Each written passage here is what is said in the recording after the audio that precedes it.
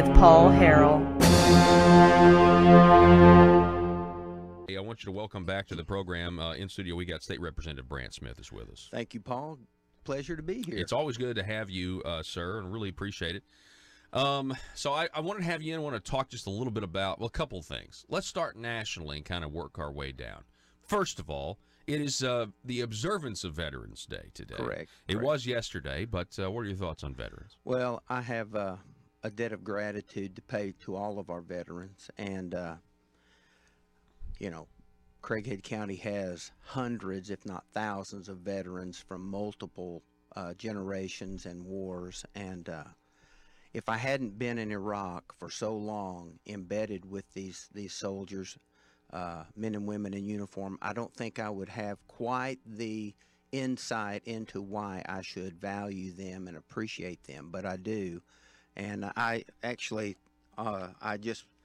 anyone that's ever served is going to know what these little green notebooks are, and it's because it's how you document everything you do in the field on missions, whether it's on a FOB or a COS or some air base. And I think about those that I served with who were with the 3rd ACR out of Fort Hood,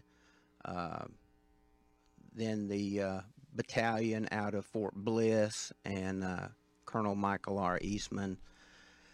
Just living with these men and women day in, day out, rolling outside the wire, being involved, getting a seat on their missions, and then having dedicated missions to the purpose that I filled out there, showed me that we have the best trained, the most restrained military in the world.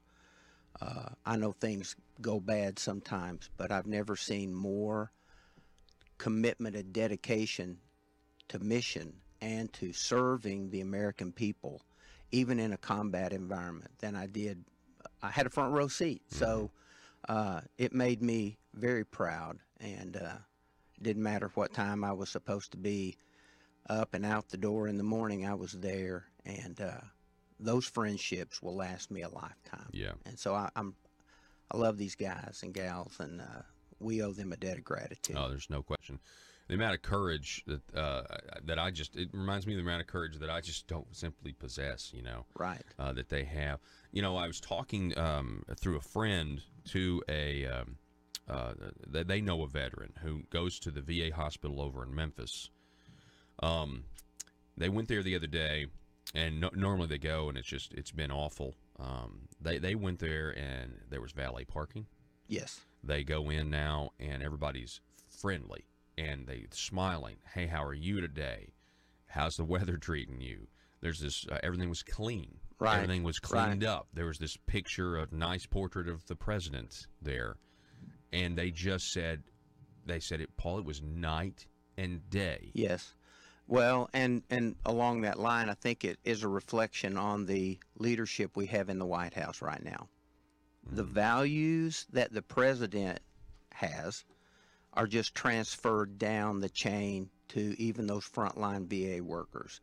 And recently, one of our House members lost her husband, who was a colonel in the Air Force. And when he passed away, I was there within just a few minutes. Our committee ended, and I beat it over to the VA there in Little Rock, and they have a special ceremony to recognize these men and women who served. And it's amazing, the respect, even after life leaves the body. And so I was able to accompany that ceremony and that procession from the room where this gentleman had passed away, this service member, all the way down the halls, and they ring 5 bells, and then the chaplain is there with the family, and they go down to the lower floor to the morgue. But there's so much respect, and there's volunteers that actually participate in that ceremony. And so when this man, his first name was Larry, but when he passed away, it kicks into motion a whole different kind of respect for that service member. Even as they exit life, there's respect. And I don't know how long that's been going on, but it was just something for me to be a support.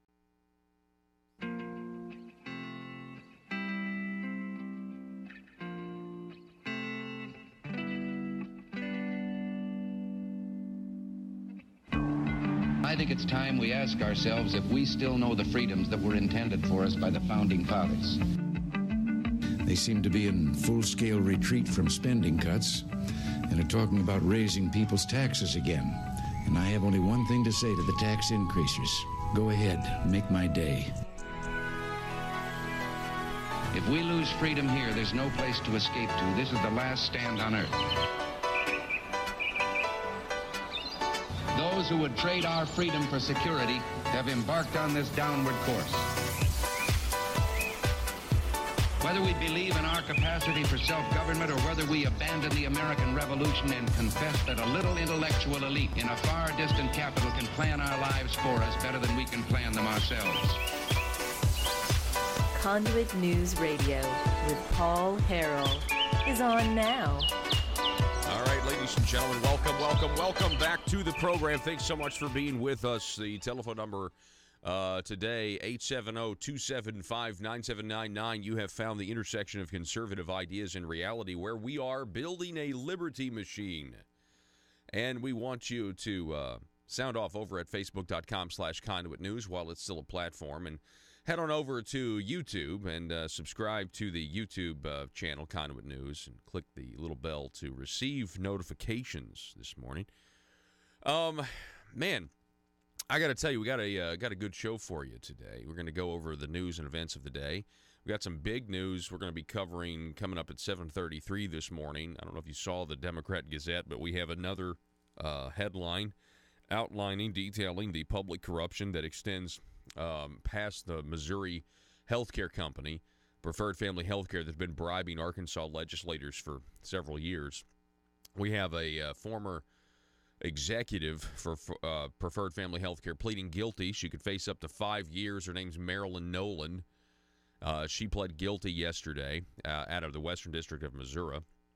Now, interesting thing about this, only 5 years. What she pled guilty to, she could get up to 5 years. So you got to wonder, who is she rolling over? And of course, yes, the guilty plea references Senator A. Senator A. Yeah. We'll talk about that at 7:33. Give you more information. Coming up the bottom of this hour, we're gonna take today and maybe another day in the week to kind of highlight a little bit of what's going on in a local community, Randolph County specifically.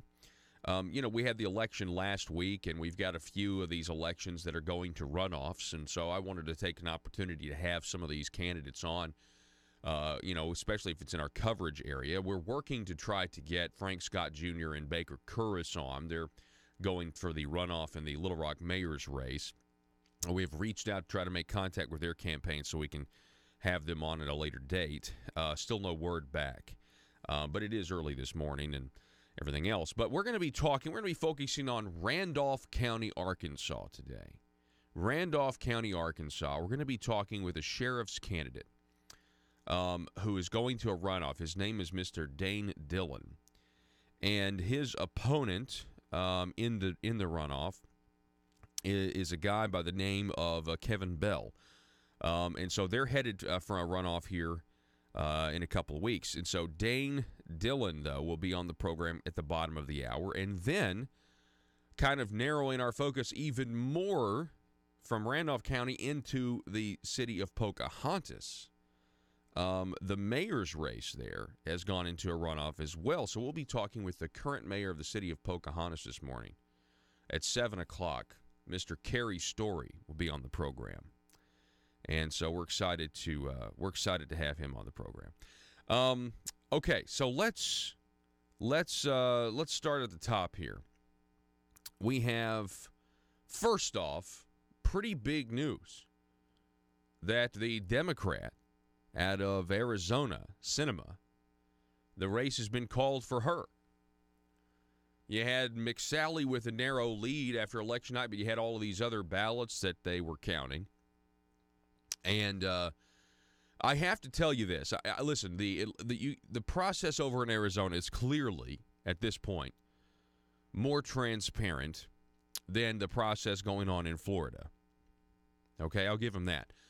But I'm just letting you know something in my gut something doesn't sit well with what's going on in Arizona. And I think when you look at the numbers, I think there's going to – now, I was looking at Larry Schweikert's Twitter feed, and he is from Arizona. And, of course, he's a really good guy with the election numbers, and he seems to think, listen, people don't understand. Some of our most popular senators in Arizona history have been Democrats. It's not a new concept to have a Democrat senator from Arizona. People like to think that Barry Goldwater was the most popular senator ever from Arizona. It was actually Senator Hayden. Actually, he's a Democrat, so it's not a new concept to have a Democrat senator from Arizona. But this has now got the liberal media saying, does this mean Arizona's a swing state now and everything else? Keep in mind, essentially what happened was you replaced an anti-Trump Jeff Flake with now an anti-Trump Kristen Sinema. That's essentially what's happened there. So anyway, the point being, it's not good news. It's not good news. But there's something in me that I would like to look over the numbers a little bit more in the state of Arizona. And I think that will happen, by the way. But turning to Florida, President Donald Trump now saying that an honest vote count in Florida is no longer possible. Do you agree with him? When Donald Trump says at this point there's no longer the possibility for an honest vote count. Quote, an honest vote count is no longer possible. Ballots massively infected must go with election night. The recount of the midterm election vote has already started with the deadline for results on Thursday. That's right. On the 15th, we're supposed to have these results.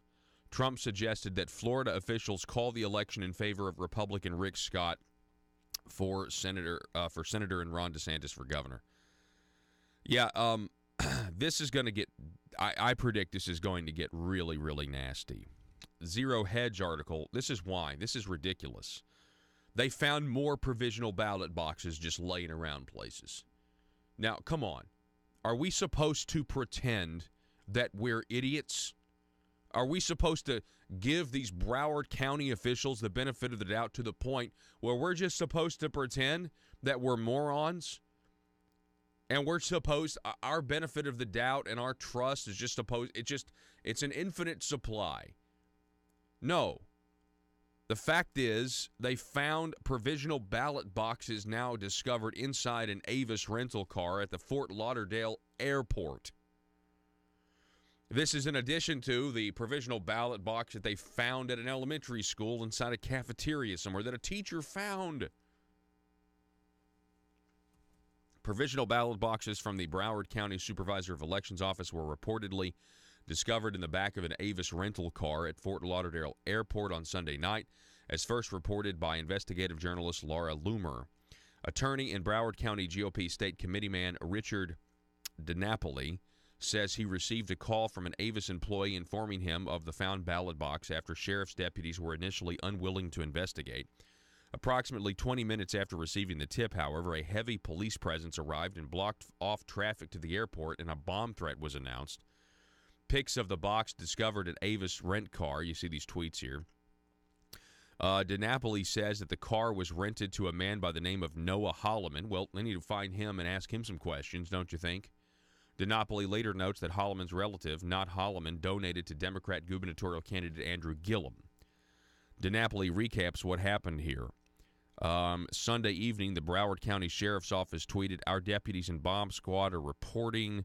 Loomer says that when she attempted to make her way to the airport, she was blocked by an officer. She then told the public that Broward County Sheriff's officers were on the scene filling out a police report and documenting the ballots. Okay. Laura Loomer notes that while the media was in Terminal 4 reporting on non-existent bomb threats, that was literally tweeted from the official Twitter account of the Broward County Sheriff's Office. Meanwhile, there was never a bomb.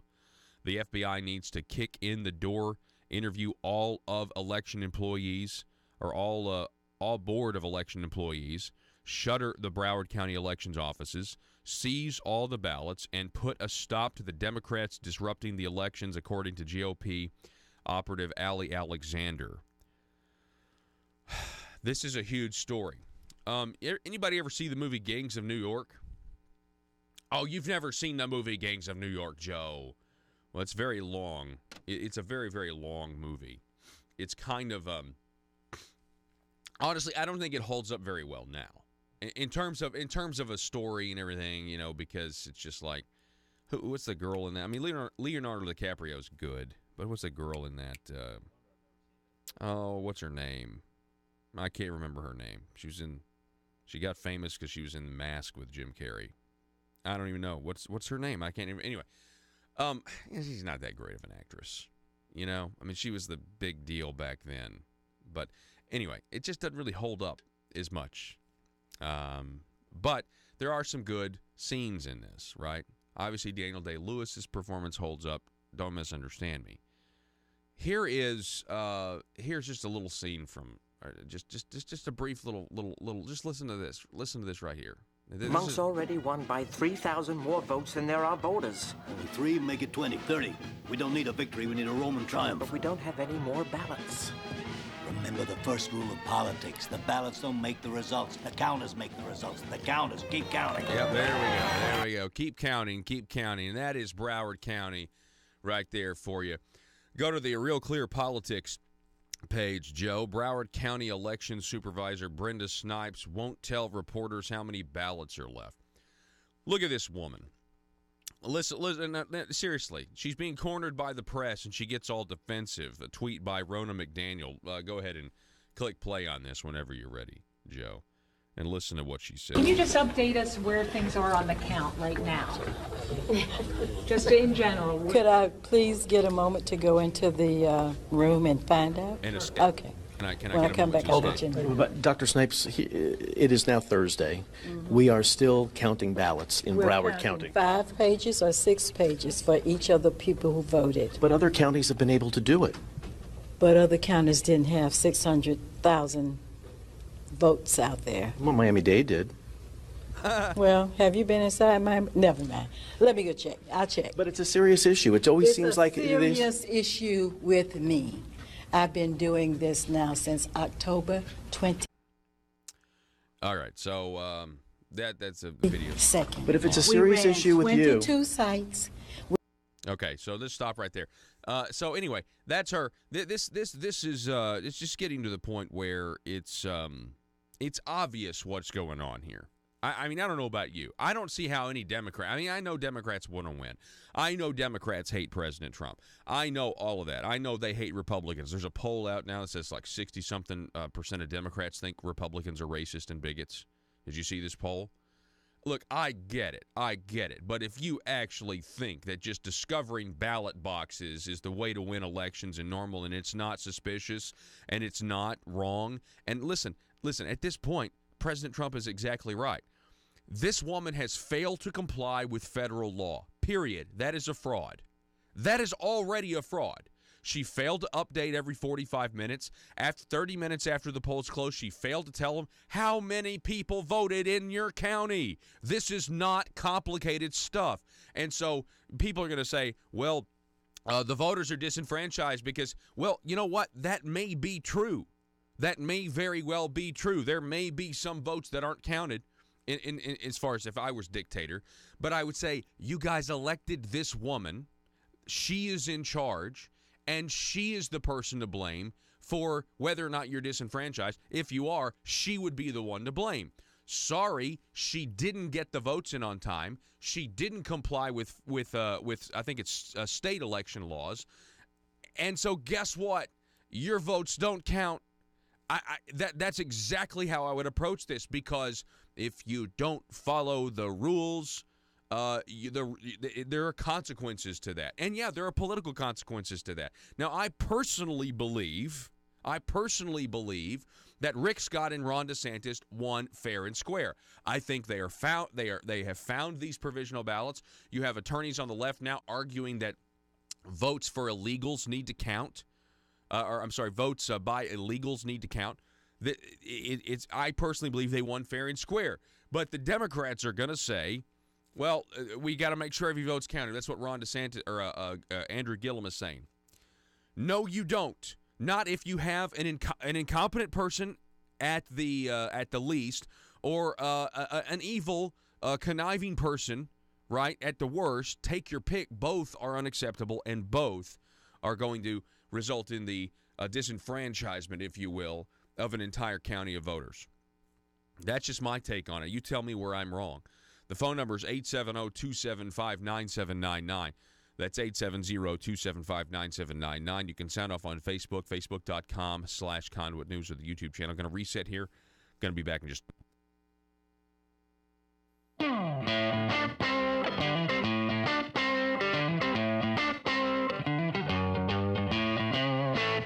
Support for the family, the Brown family, and just to show my not only respect but love for this family. We don't take into consideration what it costs family members. I've got a nephew that flew several tours of duty over Afghanistan. He's a major now, and I know what the cost it took on his family's, my niece's family, with him gone. I also think about Gayla. If it hadn't been for Skype, it would have been a tough 2 deployments for me, and they were extended deployments. So I wasn't on a 9-month or 12-month rotation. I was there as the continuity between outgoing and incoming brigades, and so she put up with me being gone a lot. And this year we celebrate 38 years, but someone asked me, what's the secret to your marriage, you know? And I said, well, I was gone about 17 of those years, so.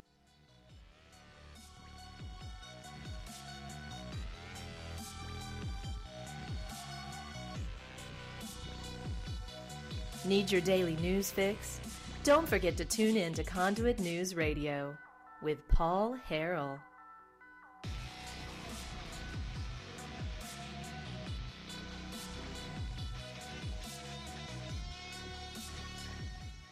Let's face it, times are tough for the Arkansas General Assembly.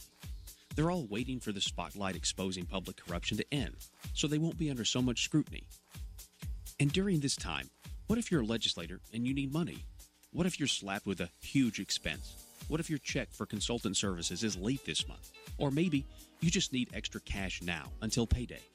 When that happens, you can't wait. Hi, I'm Bobby Blackmail for the Arkansas InterLegislator Bank, your trusted source to over 135 lenders to get you short-term cash fast. Use the Arkansas InterLegislator Bank today, and you can have up to $12,500 cash in your checking account tomorrow. Dried-up bribes no longer coming from Medicaid entities? Handled. Extra cash until your hopeful acquittal? Done. And you'll be surprised at how easy it is to get extra cash. Just be an elected official and be comfortable with the status quo, and we'll connect you with a fellow legislator who is ready to loan. It's quick and easy. And don't worry if you can't make the payments, because the Arkansas InterLegislator Bank is designed to help you get through these tough economic times. There are other ways you can pay off your debt, like by voting the way the establishment wants, or by rewarding some with committee chairmanships. So forget about overdraft fees and the spirit of covetousness that sometimes overwhelms the best of lawmakers. Just remember, the Arkansas InterLegislator Bank for short-term cash between colleagues when you need it fast. Some transactions have long-term consequences. Paul Harrell, parody.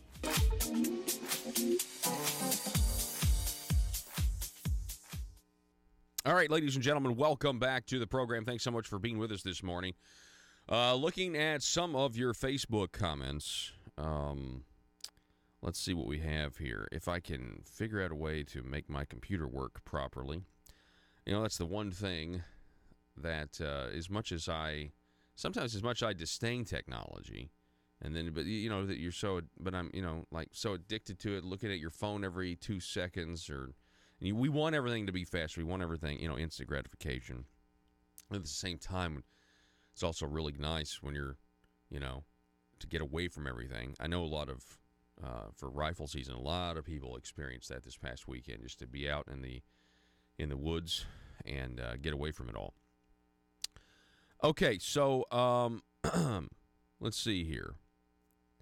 Governor Rick Scott, this is Amy on Facebook, writes, Rick Scott needs to grow a pair, fire that board, and be done with it. Enough is enough. You know, there are people, no doubt in this, there are people whispering in Rick Scott's ear to not be heavy-handed with this. No doubt there are. But he's the governor of the state of Florida. Elections have consequences. Votes have consequences. So I would say he needs to do everything within his power, regardless of what the media is going to say about him, regardless of whether or not they would say, well, you're biased. I think he should say, well, I'm not doing anything illegal. This is the power I have, so this is what's going to happen, period. In the era of Trump, he has certainly pioneered a situation where, a reality where, and you saw this in the Kavanaugh hearings, where he didn't pull back from Brett Kavanaugh. He didn't rescind his nomination. And what did Kavanaugh do? Kavanaugh took it to him. And when it was his time to step up and testify, he fought back. So, Amy, I think Rick Scott needs to fight back. I was listening to him on Friday. He was on the Sean Hannity radio program. I was listening to him, and I was kind of like, I think if I were Rick Scott, I would be a little bit more aggressive. Now, he did file a lawsuit. He got the judge to side with him. By the way, that's when the left says there's no evidence. Donald Trump is accusing, the Democrats or Broward County officials of election fraud with no evidence. There is evidence. And the amount of evidence is actually accumulating by the day.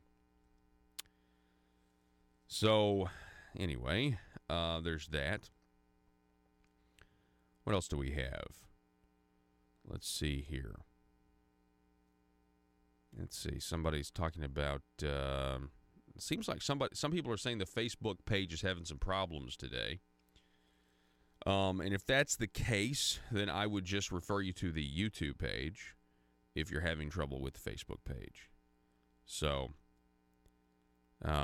everybody apparently is saying that the page is freezing on Facebook. Well, I mean, I don't know. Maybe that's because Randy is on. Randy is in a deer blind. Randy is trying to get bits and pieces while hunting a deer. That is fantastic. Well, Randy, happy hunting to you, sir. Thank you for tuning into the program. Hey, any of you deer hunters out there, even in Arkansas, any of you deer hunters tell people that you deer hunt and people kind of like snarl or they're like, I don't understand it. You know what you need to say to these people? Seriously. And it's fine. Be free. If you want to hunt, hunt. If you don't want to hunt, don't hunt. I get it. But you understand that the concept of asking a man not to hunt is actually very new. In the scope of human history, since man has been on this earth, we have hunted animals for food and sustenance. The idea that, quote, civilized man would turn that switch off is a very, very, in the scope of human history, new concept. To not hunt, to say, I'm not going to go and forage for food, is a very, very new idea and concept. And there are some, maybe not in the South, but other places where it is kind of, you're stigmatized. Oh, you're a hunter, you're killing things, and then it's like, this is how life works. This is what people do, and the idea to not do this is extremely new, compared to time and how long man's been on the earth hunting and foraging for food. All right, we're going to take a break. And we're going to be right back. Mr. Dane Dillon. Don't go anywhere.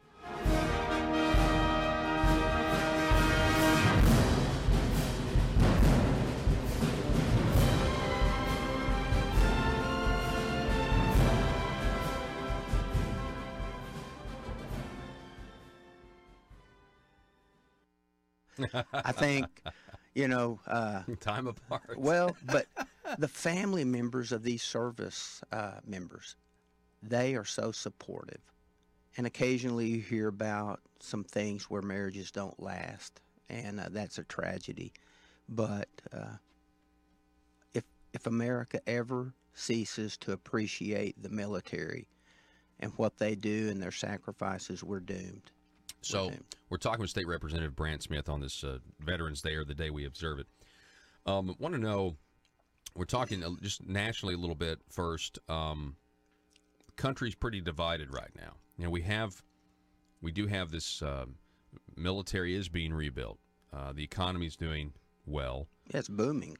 We have consumer confidence at an all-time high. We've got record low unemployment. We've got black unemployment at record lows. We've got Hispanic. You know, we've got the approval ratings for these groups. What if it wasn't always about getting ahead? They're approving of the president's job more and more. And more. What if you didn't care about being on the fast track? We seem, if you listen to the media, what if your career goals were to change? Instead of flying off to the big interview, what if you flew somewhere else altogether? To embark on a different track, to volunteer in ways you never dreamed of, in places you never imagined yourself being. And so like a tiny island in the Pacific, barely visible on a map, but where needs are easy to see. To attack or a village on the African continent, where just a little training in HIV awareness. Sarah Huckabee Sanders, these folks are going out and telling us what's really going on, what the president is really like. And they've been personally attacked and maligned as well. And it's just the country, according to the media, is divided. We're fractured. But when you look at how people voted, there may be pockets of division. But overall, the American people are smart enough to recognize this is a good president. These are good things that are happening. And finally, we're getting some traction where we had lost traction under the previous administration. You think this Antifa group should be classified as a terrorist organization? Absolutely. Absolutely. As a matter of fact, I just mentioned to you that Nation of Islam has set up a training center down in Little Rock, really near the Camp Robinson area. And when I drove by there the other day, I thought, well, are they ratcheting up for the general session, so they can show up and protest? And I mean, I don't know. We'll have to wait and see. But during some of the protests, I, being a smart aleck as I am, I walked.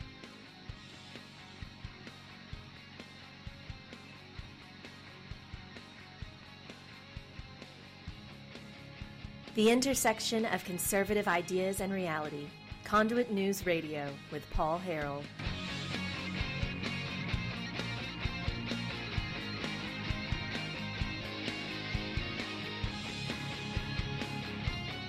All right, welcome back to the program. Thank you so much for being with us. The phone number 870-275-9799. Hey, I want to introduce you to somebody. We got a candidate for Randolph County Sheriff. Kind of hone in a little bit on Randolph County today. Maybe another day or later in the week as well. Mr. Dane Dillon is on the line. Dane, how are you, sir? I'm doing good this morning, Paul. How are you? I am doing well. I'm doing well myself. So there is a runoff election. So how many people initially were running for Randolph County Sheriff? Right out of the gate, we had six guys get on the ballot. One of those dropped out within days of filing, and then the primary narrowed it down to 4. Okay. Or correction 4. And now we're down to 2. And so the sheriff race in Randolph County, is that a partisan thing? It is. They still run on the partisan system, and you get to choose the party that you're going to run with. Okay. And which one did you go with, Dane? Paul, I ran as an independent. Mm-hmm. Mm-hmm. So let's talk a little bit about the runoff. When is the runoff election in Randolph County for sheriff? The runoff election is December 4th, and early voting for that starts November 27th and runs through December 3rd.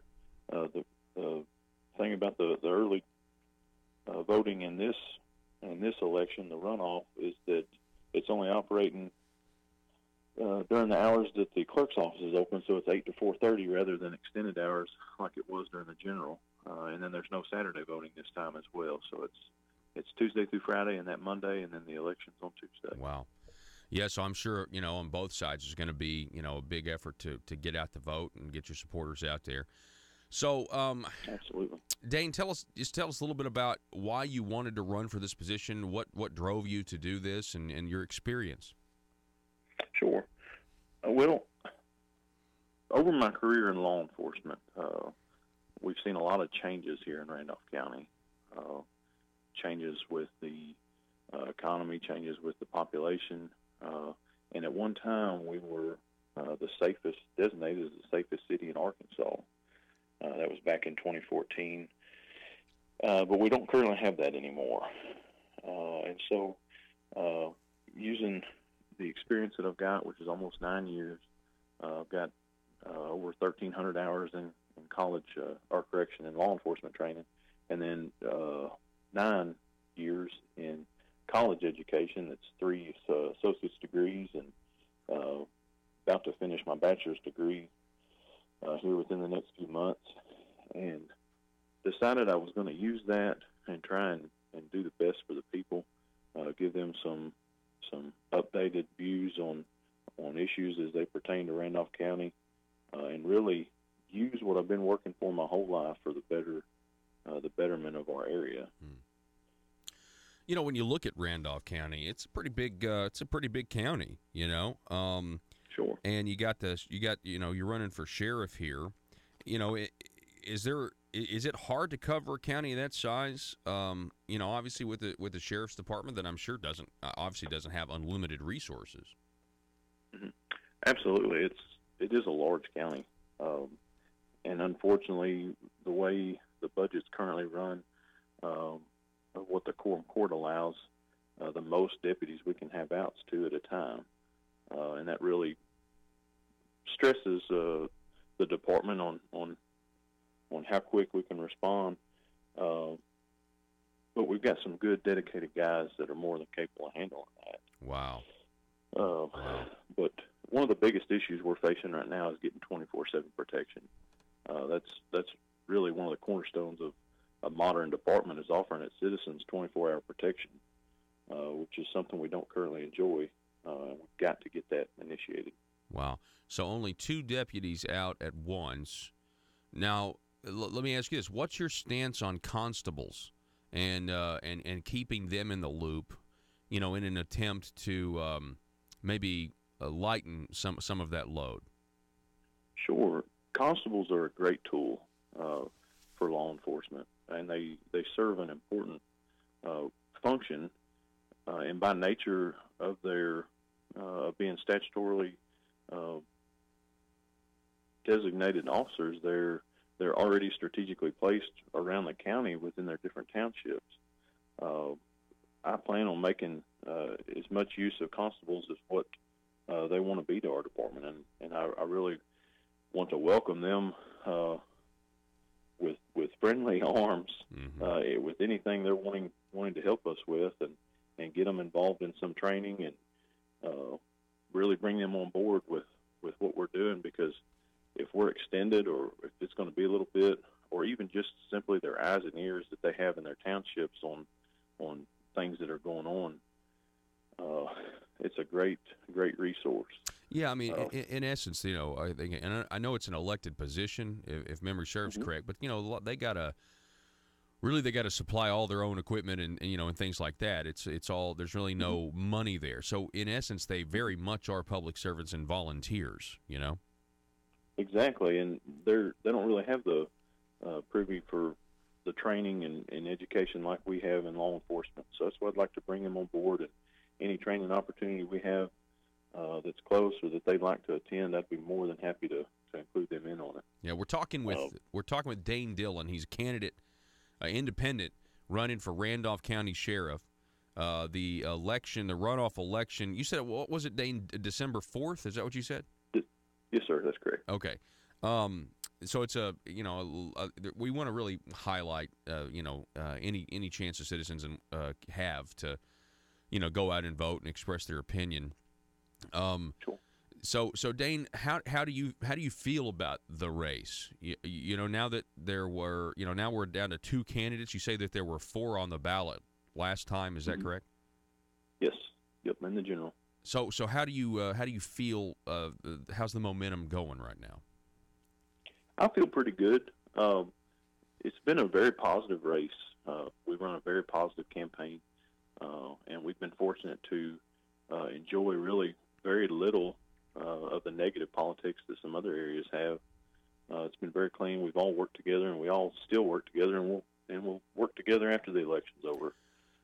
So we've really kept a professional friendship throughout. But I feel very positive about it.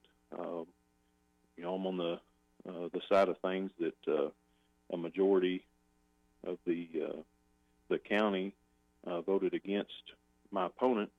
To no discredit to him, but I've got to do the best I can to get out and motivate our voters to get to the polls and get the best turnout we can. Constitutionally speaking, I think one of the things that we've lost generally is educating the public as to how important a county sheriff is. The amount of constitutional authority that's given to a sheriff is much more significant than I think we understand, in modern day. Do you agree with that? I certainly agree. It's not just about being an officer. You can be a good officer, but that doesn't necessarily mean you'll be a good sheriff. And you can run a business like nobody else, and that doesn't mean you're going to be a good sheriff. It takes a good combination of the two, really, to get the best situation for the citizens. Let me ask you about the Second Amendment. What are your thoughts on the Second Amendment, number one, and number two, specifically in Arkansas, with constitutional carry under Act 746? Where do you come down on that? Well, fortunately, I made a new friend with Tim Loggins back about a year ago, and I know you guys know Tim pretty well. Yes. Great guy. In my time at Pocahontas, I was essentially, and I'm not afraid to admit it, I was one of the indoctrinated officers that my administration gave me my view of the Second Amendment. Fortunately, I've never ran into any situation where I've actually had to apply that. And so when this election cycle first started back last year, I had a good in-depth conversation with Tim, and he enlightened me on a lot of things. And I'm on board with the Patriots of Act 746. Fortunately, that the current Supreme Court decision or the Court of Appeals decision, Taft versus State, made things a lot clearer for law enforcement, so there's not as much confusion. But Arkansas is a constitutional carry state. Any citizen within the state, and should be within the nation, has the right to carry a firearm, bear a firearm, open, concealed, it doesn't matter. 100% support our Second Amendment. Wow. That is, I'm sure, music to a lot of the people who are out there listening, music to their ears. And I'm glad that you're familiar with the Taft decision, because it did make it a lot clearer. It's what the Patriots of Act 746 have been saying for 5 years now, and then you have a judge who, essentially confirms it and says, listen, you can't, there's not a legitimate reason to follow the man because he was brandishing a firearm, because in Arkansas, you have to be able to prove intent to unlawfully, harm somebody with a weapon. And so it was huge. It needs to be a holiday, I think, because it really was back in 2013 when this law was passed, and then the court decision or what was written in dicta into a judge's opinion last month. It really represents a massive amount of freedom being transferred from the government back to the people, and that is something to celebrate, Dane. Absolutely. Absolutely. Well, Dane, I really appreciate you coming on the program, sir, and I appreciate you being willing to run for such a very important position, because, it's about throwing your hat in the ring, and you say that to really any candidate who's willing to get in there. And I wish you the best of luck, sir, and hopefully appreciate you, Paul. Things will work out for you, okay? Yes, sir. I appreciate you. All righty. Thanks for having me on. Yes, sir. That's Dane Dillon, everybody. He's a independent candidate for sheriff of Randolph County, and we have reached out. Matter of fact, his opponent, we are working on getting him on the show. I'm in contact with him. His name is Kevin Bell. I'd like to interview him as well, so that we can give people as much information as we can. But what a good interview that was. We really appreciate Dane for coming on the program. All right, folks, we're going to take a break. Going to reset here. Get to some more news. Did you hear Stephen Meeks, State Representative Stephen Meeks, on the program yesterday? He mentioned something towards the end of his interview about how the state needs to look at these companies who are thinking about putting chips inside their employees. And what's crazy is he said this, and then I was perusing the normal websites that I peruse as a news hound, and there it was, an article just yesterday about these companies starting to do this. And I think it's across the pond, but anything across the pond tends to come here, and it already is here in some capacities. We're going to take a break. Back in a minute. Russellville-based firearms manufacturer Omega are making clones of the most notable German firearms in the world.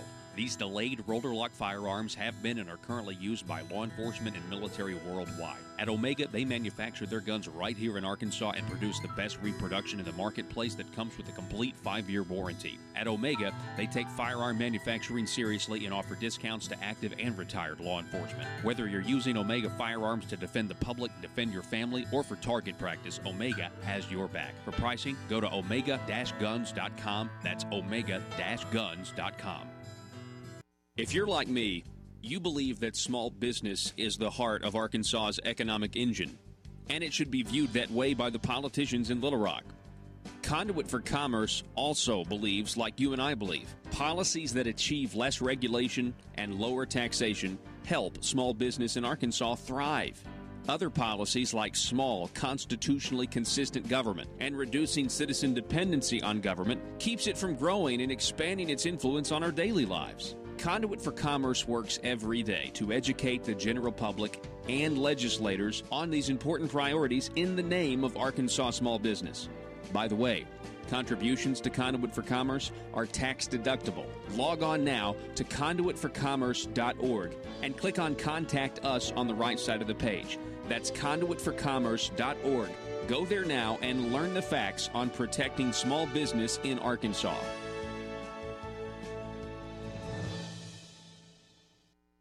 Up to one of the protesters, and I said, exactly what do I have to do to get a job like you? And boy, that didn't go over very well. But people don't even read the bills. They don't read what's going on, and they just get a text message, show up here and protest. We'll have signs for you. Mm-hmm. And when I asked these people, did you read the bills that you're protesting? Well, no, but our leadership told us to show up. And I think, what's wrong with people that they don't do their own research, that they don't read for themselves what's really going on? Yeah. And that's a shame, too, because we're supposed to be the most educated country in the world, and yet we've forgotten how to read and do our own thinking. So you mentioned the General Assembly, the session. So that's coming up in January. Now, the last session 2 years ago, you ran a bill to try to end sanctuary campuses, meaning college campuses. Do you need conservative legislation killed? Or do you need policies enacted that ensure government growth? Then you need to get Nephewed. Hi, I'm Nephew number 1 of Uncle, Nephew, and Nephew, attorneys at law. I'm not a lawyer, but I am a senator. And I'm Nephew number 2, and I am a lawyer and also a senator. Are you the victim of a recent accident in which the voters in your community mistakenly elected a limited government conservative who is now actually implementing the ideas he or she campaigned on? That's right, Nephew number 1. Don't be a victim of democratic elections any longer. At Uncle, Nephew, and Nephew, we are committed to killing limited government legislation and promoting bills that increase the size of government by using any tool at our disposal. Because sometimes the truth of the matter is, principles get in the way of pragmatism. Just listen to some of our great testimonials. Ever since I've been using the Nephews, all my special interests have been served. As long as you make sure your contract says lobbying services are prohibited, then the legal services of Uncle, Nephew, and Nephew are legal. Trust me, put the Nephews on them. It came out of nowhere. I was blindsided last election cycle when my well-funded and paid-for politician lost to some grassroots limited government voters. But then I hired the Nephews, and they killed all the conservative policies the voters wanted. I got Nephewed. I got Nephewed too, and so can you. Uncle, Nephew, and Nephew will accept compensation via campaign contributions. Put the Nephews on them. PHP Parody.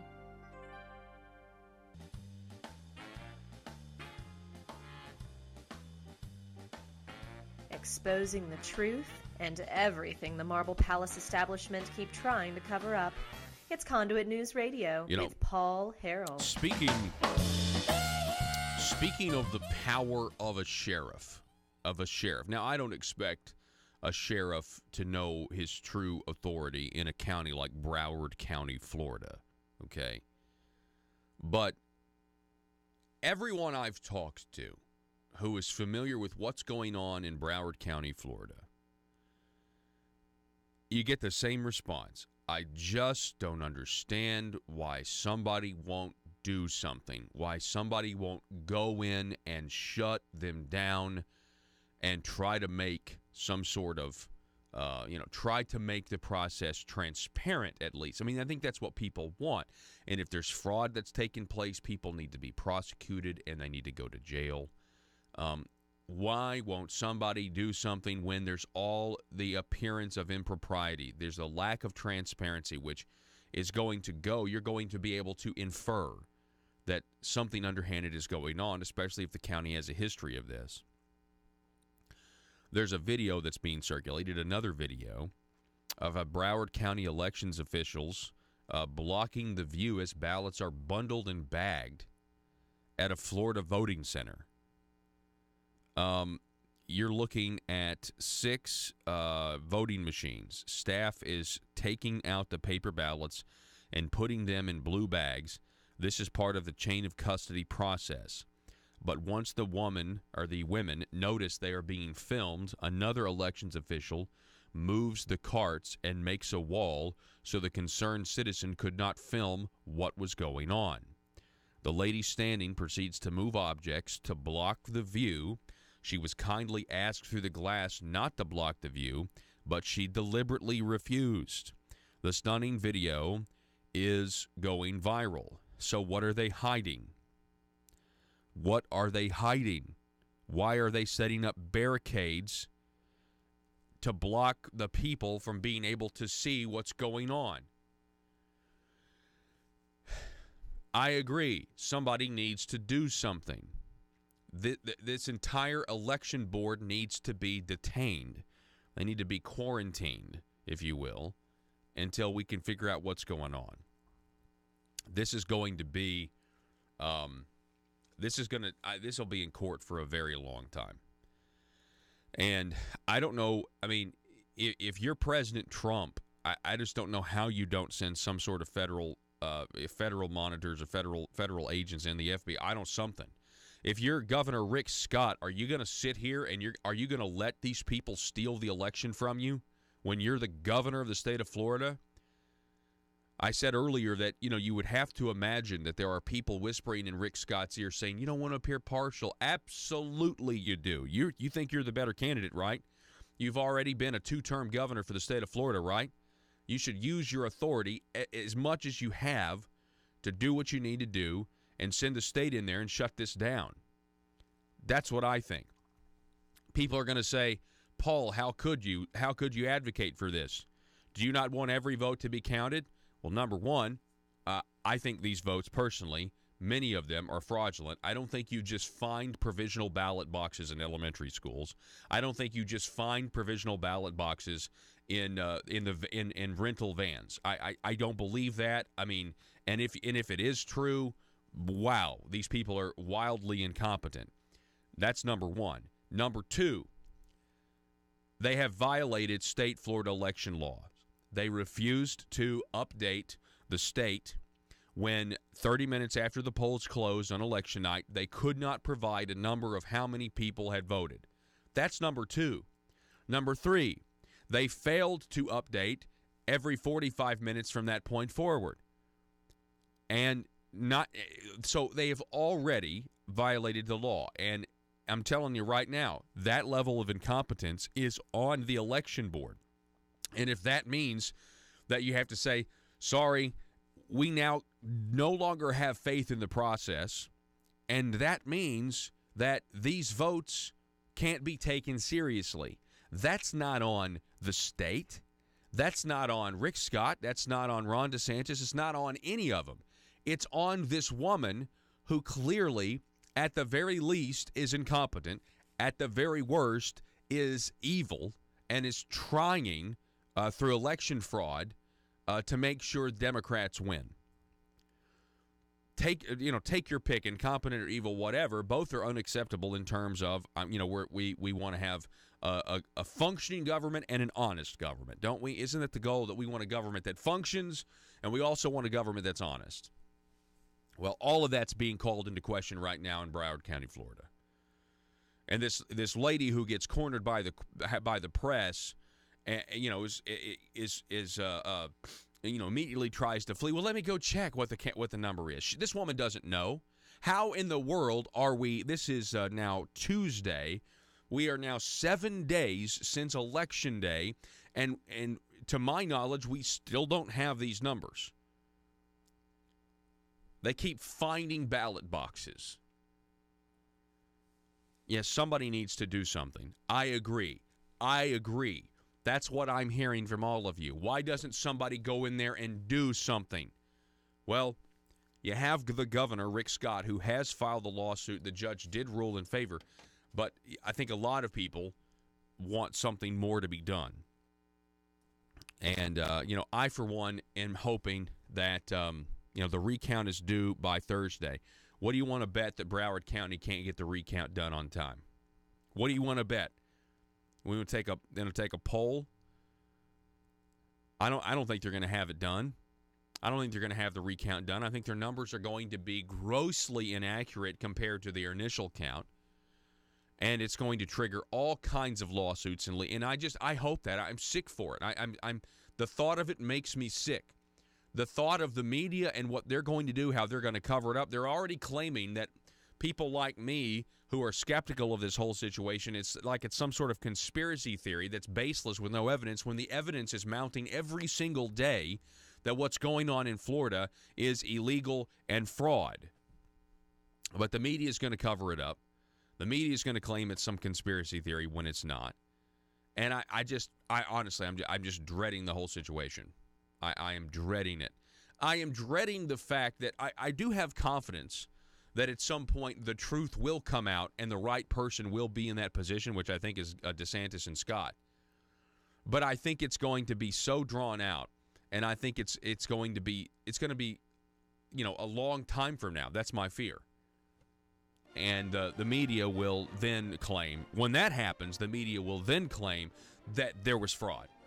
So this is what we have here. We have a situation where if Rick Scott and Ron DeSantis end up as governor and senator after a long court battle, the media will claim there's fraud. But the media will claim right now there is no fraud. There is no fraud at all. And every vote should be counted, even if they're illegal votes, even if they're illegal aliens voting. Every vote should be counted.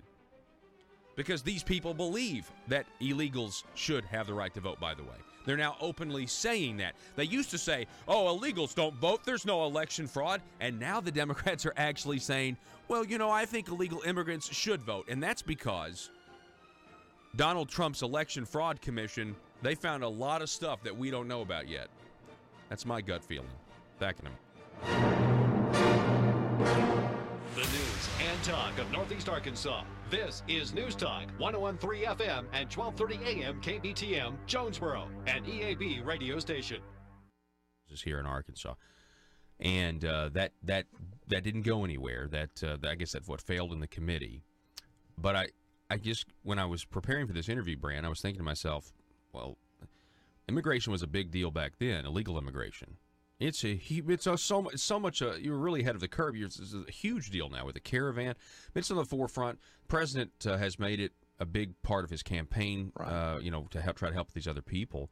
So, I mean, are there any plans coming up in January to try to readdress this potential problem? Well, and I spoke with Senator Gary Stubblefield about he had a bill, I had a bill.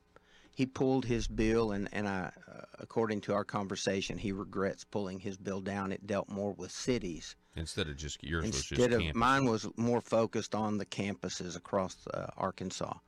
But as we have communicated and gotten face-to-face, we have decided it would be good for us to run that again. His bill maybe strengthen it in some areas, and we know it will stir people up. But we're going to do it, and we may run it from both sides, a mirror bill, so that we can streamline it and push it through quicker. But Arkansas doesn't need to become a magnet for illegal immigrants. And I don't have any personal grudge against immigration. I've helped many immigrants from Iraq get here because I know their love for our country, their service to our country, where they embedded with our military. And so I think I've got about 4 Iraqi families here in the United States.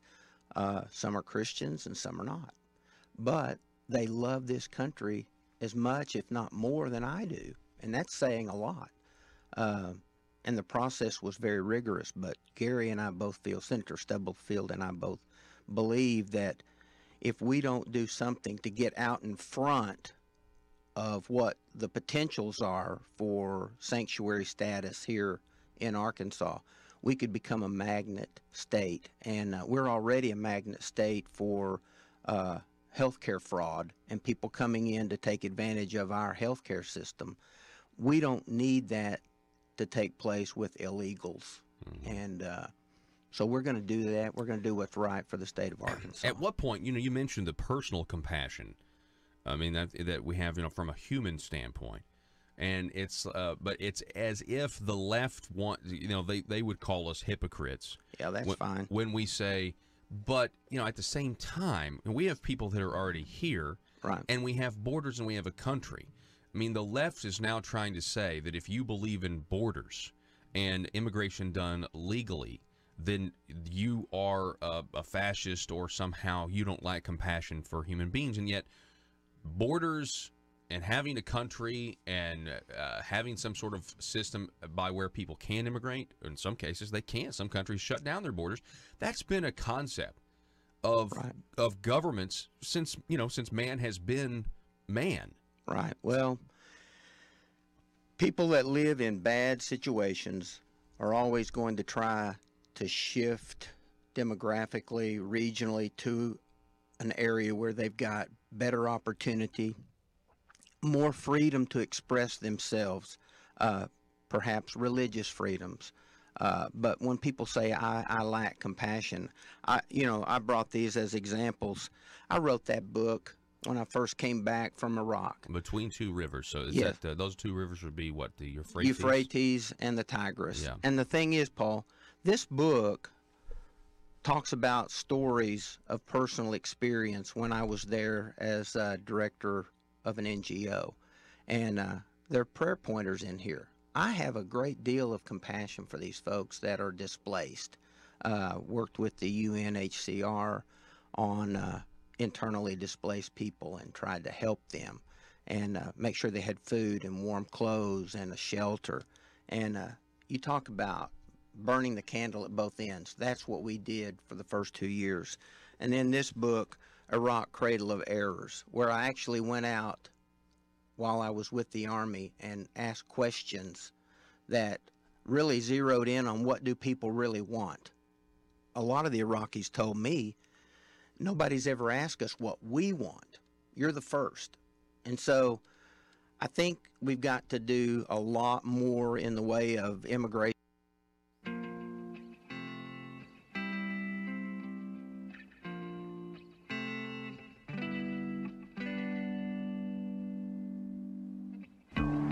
I think it's time we ask ourselves if we still know the freedoms that were intended for us by the Founding Fathers.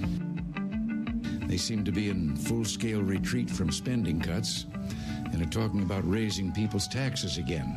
And I have only one thing to say to the tax increasers. Go ahead, make my day. If we lose freedom here, there's no place to escape to. This is the last stand on earth. Those who would trade our freedom for security have embarked on this downward course. Whether we believe in our capacity for self-government or whether we abandon the American Revolution and confess that a little intellectual elite in a far distant capital can plan our lives for us better than we can plan them ourselves.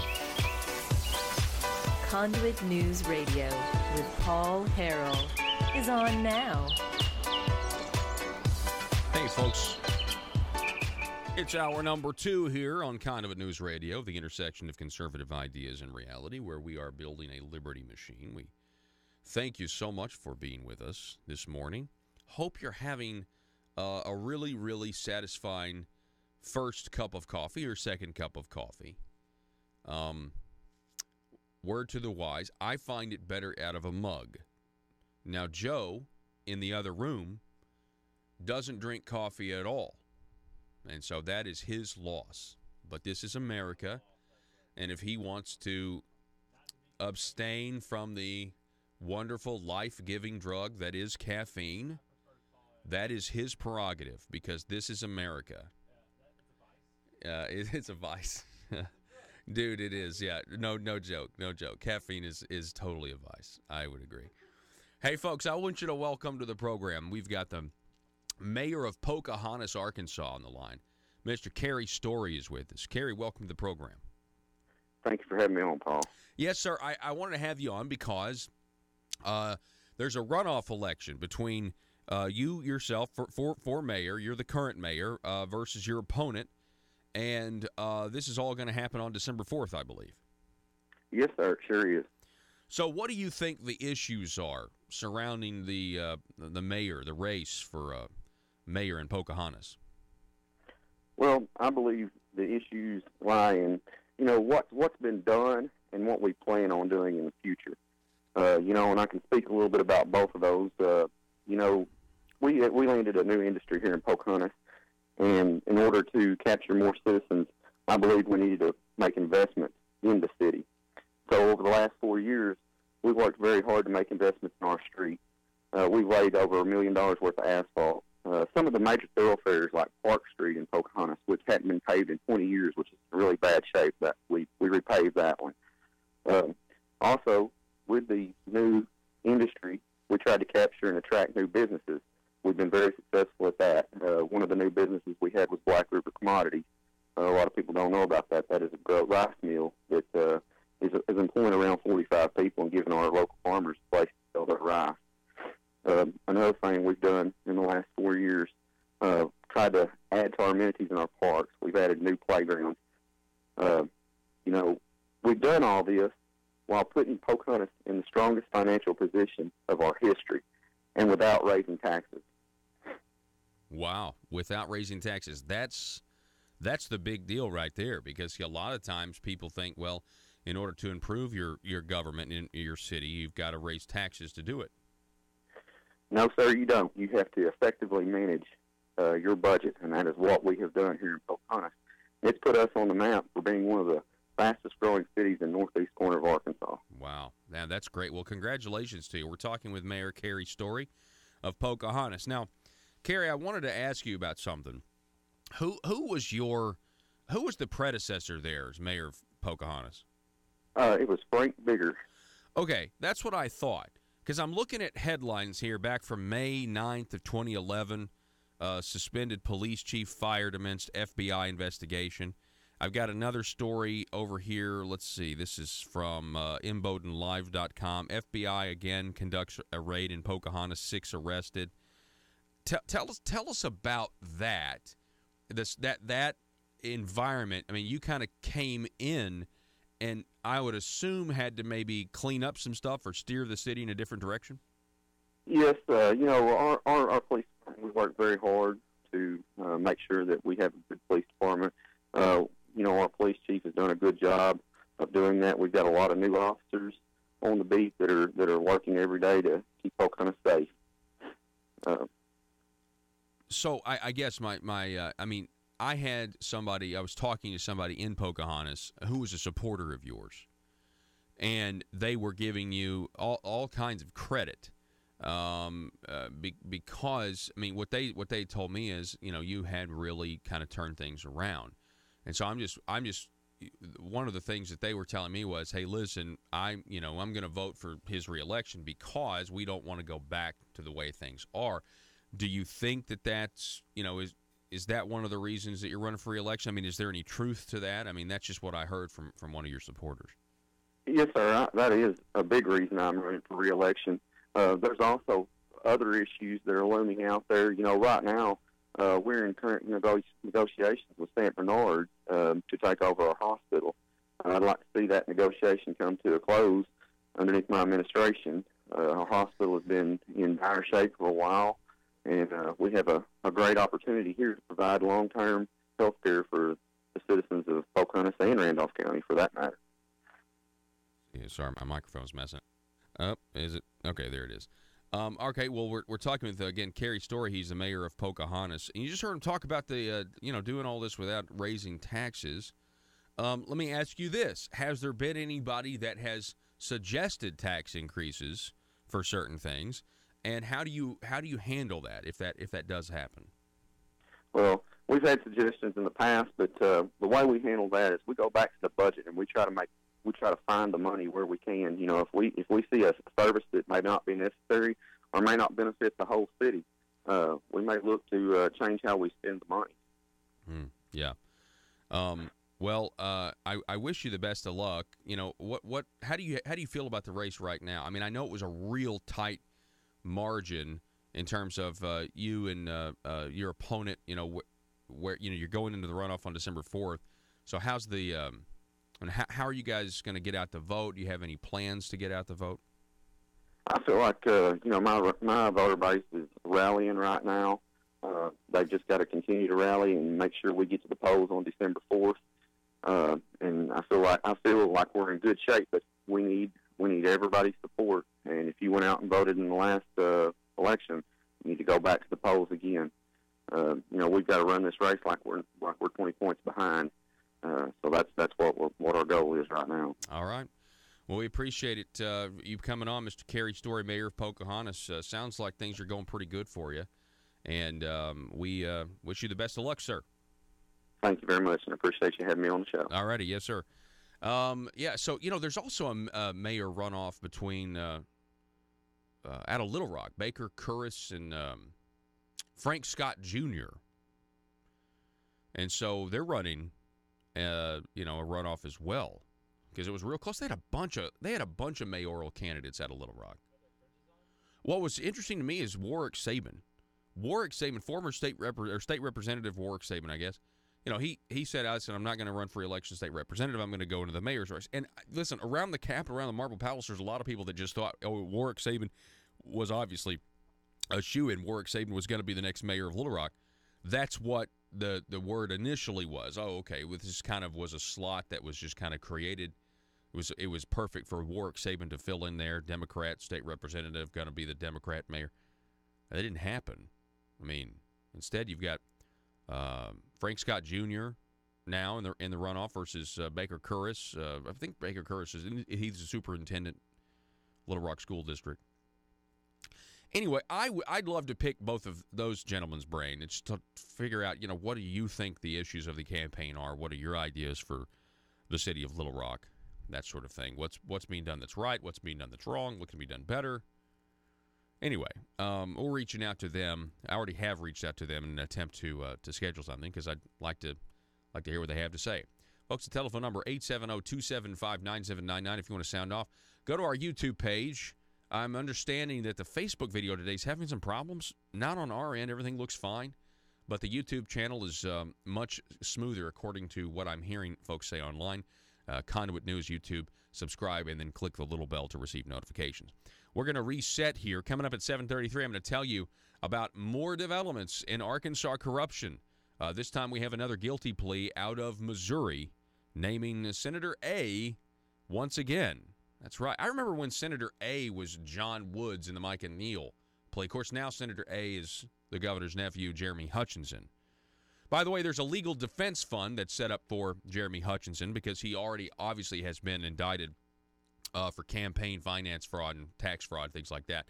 Hasn't been indicted on these other issues when it comes to like taking bribes and passing legislation for clients as an attorney. Hasn't been indicted on that yet, which is interesting to me. Of course, you have this legal defense fund that's been set up, which I have deemed a shakedown of the shakedowners, meaning your traditional people that shake down others for money. Now we have the shakedowners shaking down the shakedowners, saying, listen, this guy has passed all your legislation, and now he needs to beat the rap. He probably knows a lot of stuff that might be interesting to authorities. You know what I'm saying? So donate now to the Jeremy Hutchinson Legal Defense Fund. At least that's what I'm not saying do that. I'm not saying do that. I'm just saying that's what other people are saying. Anyway, we're going to take a break. Back in a moment.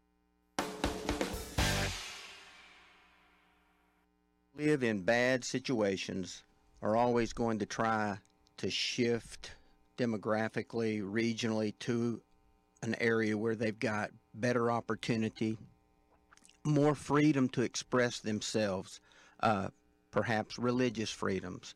But when people say I lack compassion, I brought these as examples. I wrote that book when I first came back from Iraq. Between two rivers. So is that those two rivers would be what? The Euphrates? Euphrates and the Tigris. Yeah. And the thing is, Paul, this book talks about stories of personal experience when I was there as director of an NGO. And there are prayer pointers in here. I have a great deal of compassion for these folks that are displaced. Worked with the UNHCR on internally displaced people and tried to help them and make sure they had food and warm clothes and a shelter. And you talk about burning the candle. Let's face it, times are tough for the Arkansas General Assembly. They're all waiting for the spotlight exposing public corruption to end, so they won't be under so much scrutiny. And during this time, what if you're a legislator and you need money? What if you're slapped with a huge expense? What if your check for consultant services is late this month? Or maybe you just need extra cash now until payday. When that happens, you can't wait. Hi, I'm Bobby Blackmail for the Arkansas InterLegislator Bank, your trusted source to over 135 lenders to get you short-term cash fast. Use the Arkansas InterLegislator Bank today, and you can have up to $12,500 cash in your checking account tomorrow. Dried up bribes no longer coming from Medicaid entities? Handled. Extra cash until your hopeful acquittal? Done. And you'll be surprised at how easy it is to get extra cash. Just be an elected official and be comfortable with the status quo, and we'll connect you with a fellow legislator who is ready to loan. It's quick and easy. And don't worry if you can't make the payments, because the Arkansas InterLegislator Bank is designed to help you get through these tough economic times. There are other ways you can pay off your debt, like by voting the way the establishment wants, or by rewarding some with committee chairmanships. So forget about overdraft fees and the spirit of covetousness that sometimes overwhelms the best of lawmakers. Just remember, the Arkansas InterLegislator Bank for short-term cash between colleagues when you need it fast.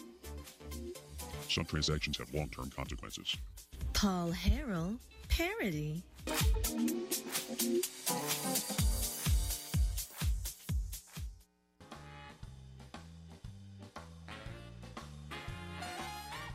Determined to drain the swamp in Little Rock, it's Conduit News Radio with Paul Harrell.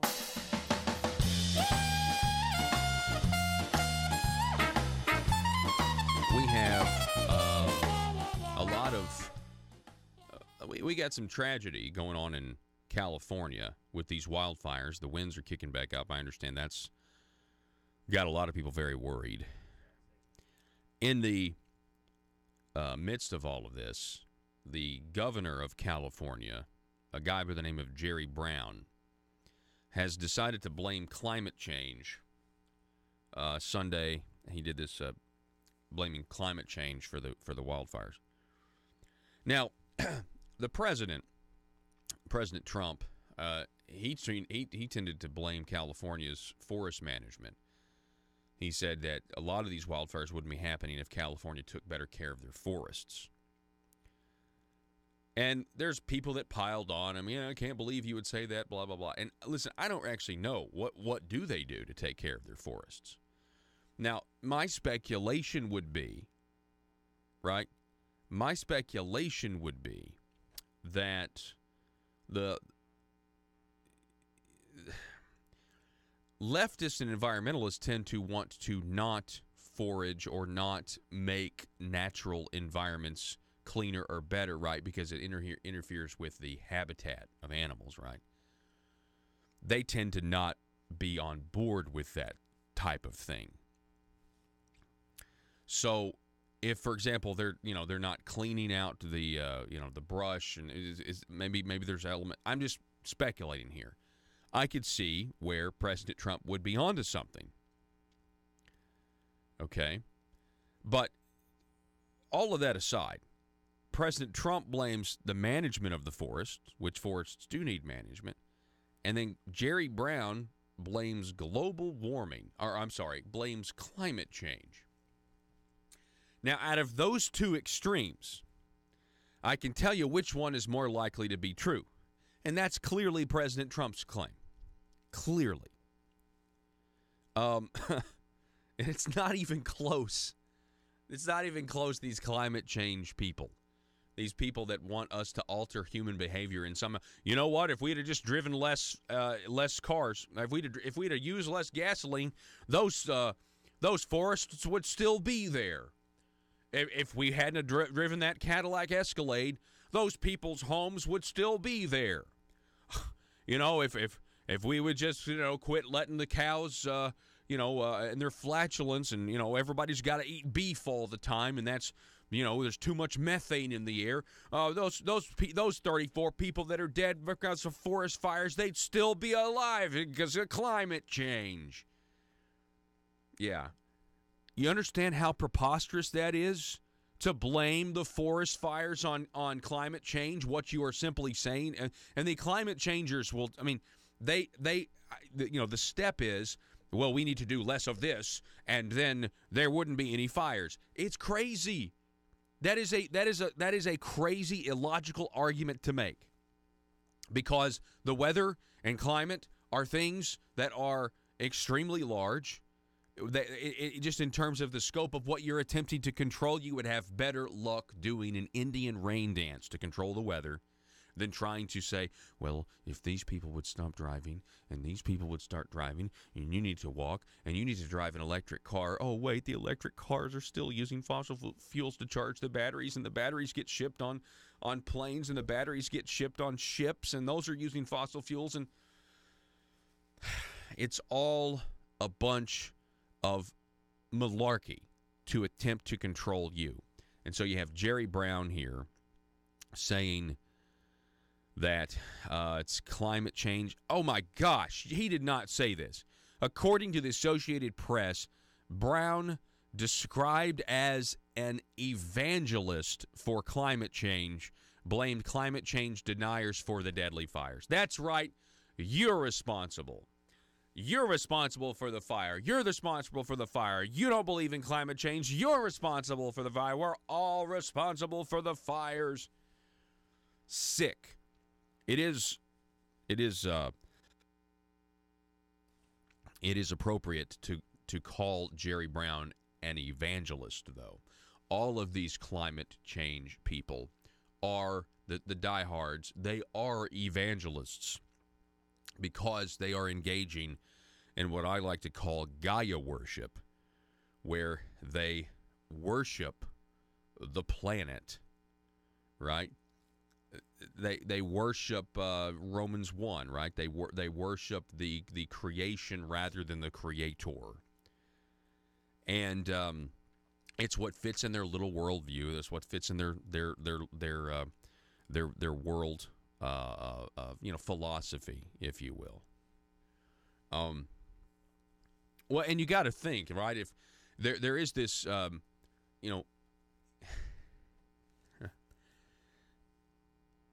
if in society, as we're seeing, God getting pushed out of public life more and more and more and more and more, right? Right? To where there is no God. That's the smart thing to say. I mean, if you're an atheist, you are really intelligent. If you believe in God, you're an idiot. Like, that is exactly what is you're led to believe. So if you don't believe in God, and you believe in climate change, and you also believe that life is just a bunch of chemicals that come together, that your body, there's nothing special, there's nothing truly unique about the creation of human beings. There's nothing really unique about the creation of this world, the atmosphere, the human cell, the mitochondria, the fact that there's a pump inside your chest that's pumping blood throughout your body, and it lasts, in Stan Lee's case, Marvel Comics, it lasted him 95 years. Do you know what an engineer would do to create a pump that worked in a factory for 95 years? It doesn't happen. There is no pump that man can create that can work in a factory for 95 years. But we have these things, and you're going to say, no. There's nothing special about that. It just happened because of nature, because of some other force. But it's certainly not God. And life, you just live life however you want, because you know what? It's just a bunch of chemicals. It's just a bunch of chemicals that, come together, and then that's all you have. And then everything dissipates, some sort of chemical reaction, and then everything's gone. This is definitely a philosophy of a lot of people nowadays, by the way. And if that is your philosophy, then you've got to do everything. The thought of the planet and the climate getting less habitable for people in their generation or the next generation is, it's Armageddon to them, because there is no God. Because there is no God who holds up the very fabric of our reality just by his word. If that's not true, then we've got to do everything in our power to drive less so there's less forest fires. Does that make sense? Well, I mean, they don't make sense, but that makes sense as to why they think the way they do. That's just how I see it. The phone number is 870-275-9799. I think it is 100% appropriate that the Associated Press has described Governor Jerry Brown of California as an evangelist on climate change. This whole effort, from global cooling in the 70s to global warming to now climate change, has been an effort to get converts. They need converts. And they are getting converts. I mean, growing up, I had friends that told me that probably in like 5 years from now, the polar ice caps would be gone. These people were convinced of it. They were told in college. And I said, are you serious? Do you really believe that? Oh, I studied this for a whole semester, Paul. I studied this for a whole semester. They're not going to be there. The ice is going to be gone. And then you get these articles about, Antarctica, the ice is melting in Antarctica at a rapid rate. Headline is, Antarctica ice melting, climate change blamed, and then buried in the middle of the article, they tell you there's an active volcano underneath the part of Antarctica that's melting. And yet the headline says it's climate change. Okay, yeah. It has nothing to do with the fact that there's an active volcano right underneath the place that's melting the ice. And then, of course, the ice is refreezing, but it's just being a little displaced. They need converts, folks. That's what this is about. If they can get enough people to buy in, they'll pass laws that'll control people's lifestyles. And that is what the goal is here. Not by the ones who honestly are deceived and believe it, but by the people at the top. That really is the goal. It's control. Back in a minute. Both ends. That's what we did for the first 2 years. And then this book, Iraq Cradle of Errors, where I actually went out while I was with the Army and asked questions that really zeroed in on what do people really want. A lot of the Iraqis told me, nobody's ever asked us what we want. You're the first. And so I think we've got to do a lot more in the way of immigration reform, and that takes place at the federal level. It seems like the Democrats wanted it at one time, and then the Republicans came up with a great plan, and now they're opposed to it. So, I mean, it's like... They also don't want merit-based immigration. Right. So how long will they be obstructing legitimate reforms to our immigration system? And this chain migration, as well as the birther situation, you know, with your anchor babies. Anchor babies, yeah. When Gayla and I lived overseas, we knew a lot of people, and they're good people. They just took advantage of our laws. They'd vacation to the States or come here for a few months, have a baby, get that passport, go back to their home country. And even back in the early 90s, that just rubbed me wrong. We had a child born overseas, and there was no option to have dual citizenship. It's like, kind of like these tariffs, you know, it's all one-sided. You want what you want, and we'd like to have a level playing field, even with the citizenship issues. And so I think Trump is on the right track, and while he's misunderstood, this is good for America. Yeah. Well, State Representative Brandt Smith, it's always great to have you in to talk to us, and I'd love to do it again soon sometime. Well, let me just conclude, if you don't mind. Yeah, we've got time. Go for it. We got time. I went over and campaigned for Craig Christensen in Newport, that district that was held up until recently by Michael John Gray. Yeah, it's a big deal. I knocked doors. I've visited with people, and most of the doors where I went, the people inside said, I don't even know who Michael John Gray is. His claim to fame was at the state level with the Democratic Party. But his own constituents didn't really know who he was. Only one family said, hey, we're going to stay with Michael John Gray. Everybody else, when I'd go up and talk about Craig, you know, to them, they would say, well, is he a Republican or a Democrat? And I said, he's a Republican. They said, save your speech, we're voting for him, or no, we already voted for him. And so I felt good about that race. And then the Johnny Rye race over in his district, the people over there loved him so much. But his opposition felt like, and I was there on Election Day, that the way to win a race is to...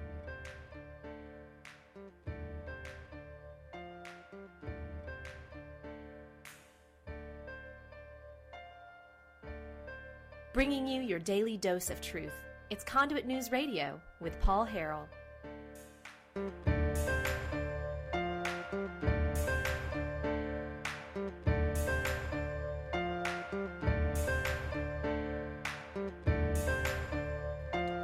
All right, ladies and gentlemen, welcome back to the program. Thank you so much for being with us. Telephone number 870-275-9799. All right, we got some big news in the ongoing corruption scandals in the state of Arkansas. Eric Besson with the detailed story this morning with the Arkansas Democrat Gazette. I would assume that the plea bargain, the guilty plea made by the former CEO of Preferred Family Healthcare, a woman by the name of Marilyn Nolan, is full of nuggets that we could talk about for a while. So be looking for those in the coming days.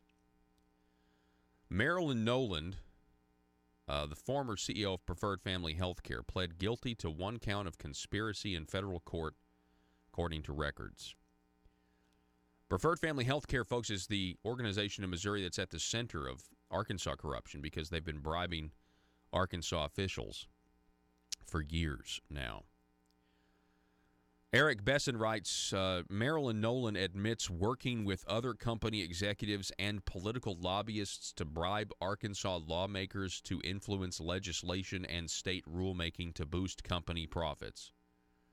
She also admits that she and other executives stole millions from the nonprofit.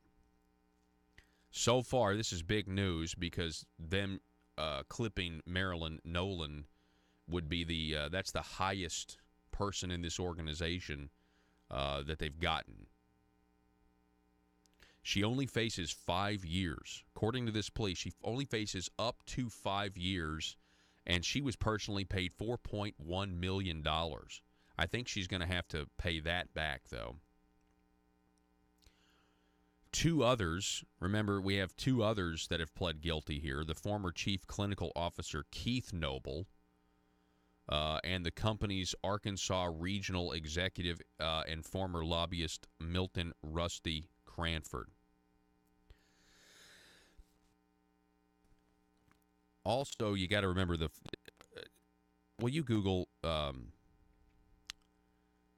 I should have had this ready, but the financial. There was the financial guy for Preferred Family Healthcare that committed suicide.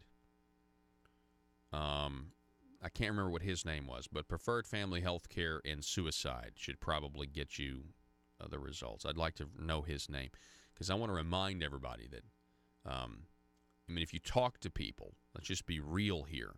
And I think we can let me be clear here. I think it's very easy to speculate that the suicide of the guy who was the number counter is suspect. And I'm just going to tell you why.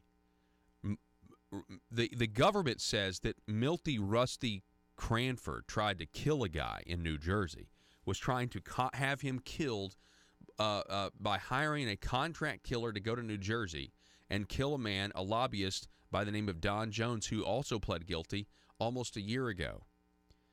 And I think once we have crossed that, and once we have the government making accusations of people trying to murder witnesses who are going to testify against them, then I would think all deaths surrounding the people who are involved in this situation would be called into question. Okay? I think that is a reasonable thing to investigate. Let me just say that, okay? All right. So, Nolan's 21-page plea agreement filed late Friday outlines how the company, according to Eric Besson, violated federal laws that prohibit tax-exempt 501c3 companies like Preferred Family from making campaign contributions or taking part in significant lobbying activities. She now admits from 2008 until 2017, she conspired with Cranford, Noble, and 2 other company executives to, quote, embezzle, steal, obtain by fraud, and without authority, knowingly misapply and convert to their use, end quote, property belonging to the nonprofit. Those thefts were outlined in Noble's guilty plea back on September the 11th, detailing how the nonprofit used for-profit companies owned by the same top executives to buy, sell, and rent the company's assets and generate millions in illegal profits. So he's basically had the taxpayer-funded Preferred Family Healthcare being used to use that money to pay the executives' other for-profit companies. She was Maryland was part of the resource team. And says here Marilyn Nolan's crimes, that she received more than $4.1 million. Nolan worked for Preferred Family and its predecessor, Alternative Opportunity, since 1992. Nolan faces up to 5 years of prison and fines. That is not a lot here. I want you to think about that. This has got to be a gut punch right now to the Marble Palace in Arkansas and anywhere else. Now, notice, this is not just a Missouri and Arkansas-based scandal. I mean, this reaches into New Jersey, and it will eventually, I believe, it's going to reach into D.C. because we're talking about federal Medicaid dollars here going to fund this company. This is going to be a pretty big deal, and you can kind of feel the air kind of sucked out of the Marble Palace at Little Rock She just pled guilty. She's only going to do 5 years at the most. So who is she rolling on? She's a top-level executive at that Preferred Family Healthcare. Now, obviously, you would expect her to roll on the other people that you heard them referenced in Tom and Bontia Goss. You've heard that. Do we have the name yet? Okay, just keep looking for it. You can find it. So let's see. Nolan faces up to 5 years in prison. Her plea agreement also notes that the company's other top executives did not include the defendant in much of the decision-making regarding the financial operations. So some of this stuff she's claiming that she's ignorant on in her guilty plea. Now, here's where the Gazette goes into where we are now, okay? Because Marilyn Nolan's guilty plea yesterday kind of goes over a list of who's who in the Arkansas corruption scandals that we already know about. Like Rusty Cranford, who was found with $17,000 in cash and a revolver on him when he was arrested. Like John Woods, and like, who's in jail now, who's a convicted felon, and like Henry Hank Wilkins IV, and Eddie Cooper, former state representative Eddie Cooper, former Senator Hank Wilkins. We know all of this. These people have already been swept up and pinched in all of this in one way or the other, whether it's guilty pleas or whether it's convictions, or actual a trial process like John Woods was. It also lists, though, get ready for it, drum roll, please. It also, that's the one, Joe, that's the article I want. It also lists Arkansas Senator A, previously identified as Jeremy Hutchinson, Senator Jeremy Hutchinson, okay? Now, he hasn't been charged with this, even though he's been named 2 or 3 times as being paid bribes in order to pass legislation for preferred family health care. How many more times does this have to happen? How many more times does this have to happen? Jeremy Hutchinson has been indicted on campaign finance fraud. Jeremy Hutchinson has been indicted on tax fraud. Okay? He hasn't been indicted for the things that would stop Arkansas legislators for passing bills for clients just because they're getting through the attorney loophole. And that's what has to stop here. In the name of our republic, in the name of our republic and the people that have to live under the laws these people are passing, attorneys cannot pass bills for their clients, period. And attorneys that do need to be thrown, they need to throw the book at them. And this is, the people of Arkansas have been defrauded. The people of Arkansas have been disenfranchised, all because attorneys think they're above the law. Attorneys and lawmakers, and attorneys who are lawmakers, think they're above the law because they know it and they are writing those laws. And we as a people have got to say enough's enough. We need to continue to encourage the Eastern prosecutor, Cody Highland. We need to continue to encourage the Western prosecutor, Dak Keese. You guys, the people we still have a long way to go. I appreciate the work y'all have done, but we still don't have confidence in our government. And the fact that I think Jeremy Hutchinson being indicted, if he did something wrong, that's fine.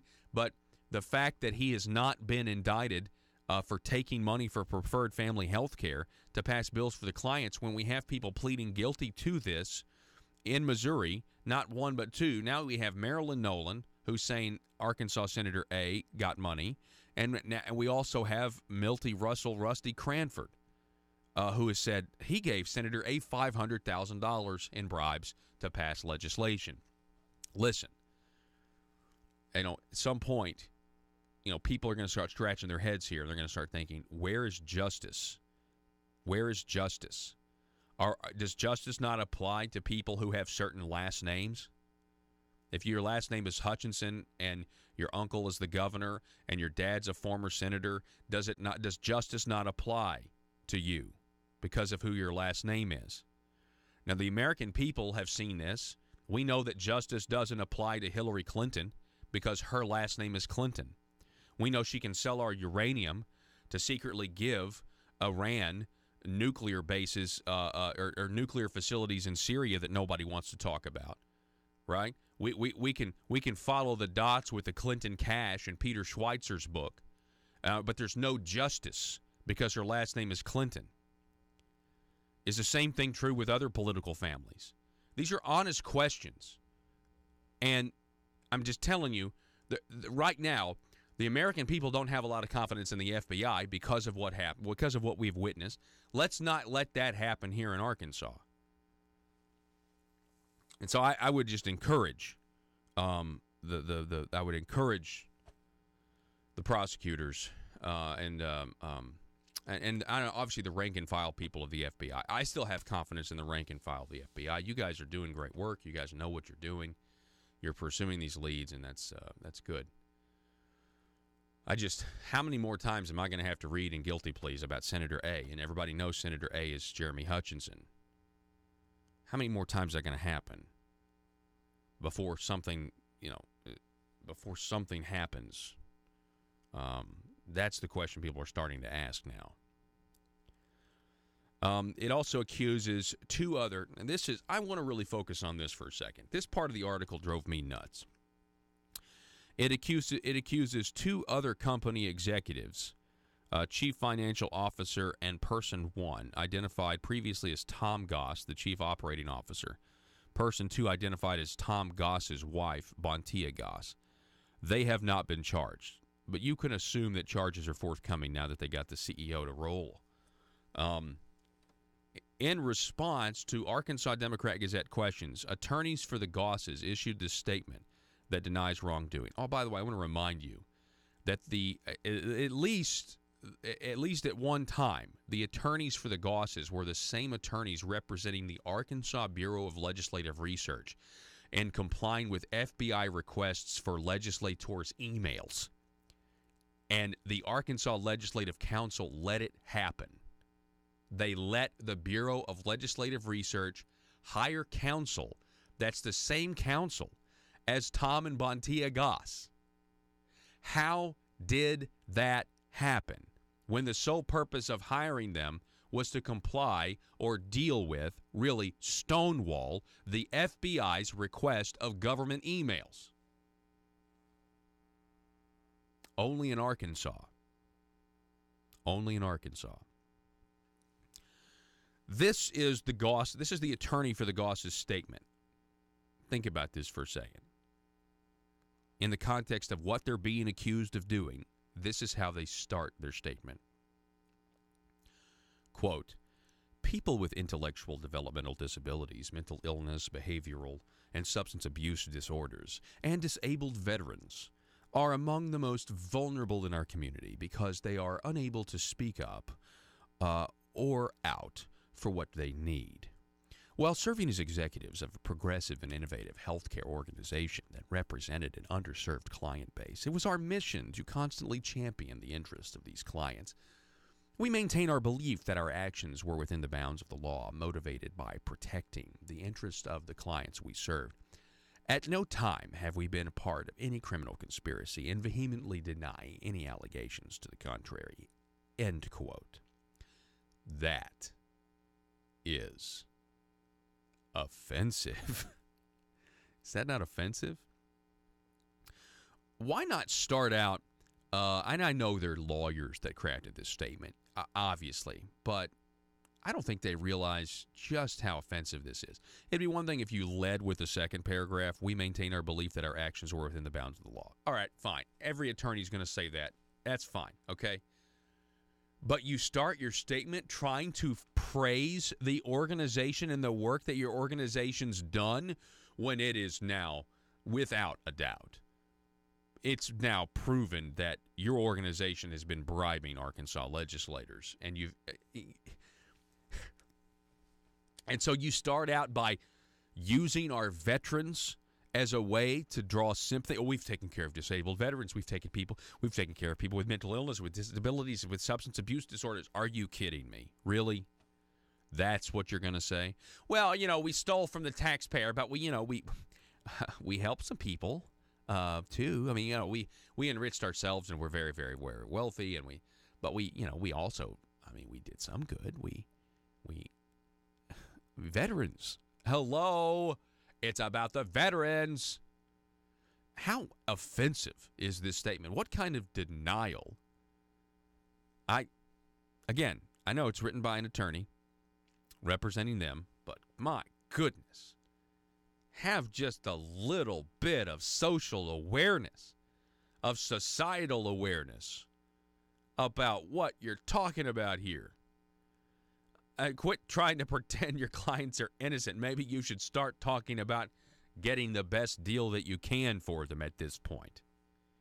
Ridiculous. Anyway, if you're just joining us, we're talking about a new guilty plea. The CEO of Preferred Family Healthcare, or the former CEO, Marilyn Nolan, has pled guilty to conspiracy, and she's only facing 5 years, which means that's not a long time. And that means that you would think she now is a key witness, a star witness in the case against Preferred Family Healthcare. And again, in this guilty plea, we have Senator A named again. Senator A is Jeremy Hutchinson, former Senator Jeremy Hutchinson. We're going to take a break, going to reset. You can find this, Eric Besson, over at the Democrat Gazette. Mental health firm's ex-exec pleads guilty, Preferred Family nonprofit, part of U.S. corruption case. We're going to take a break. Back in a minute. Russellville-based firearms manufacturer Omega are making clones of the most notable German firearms in the world.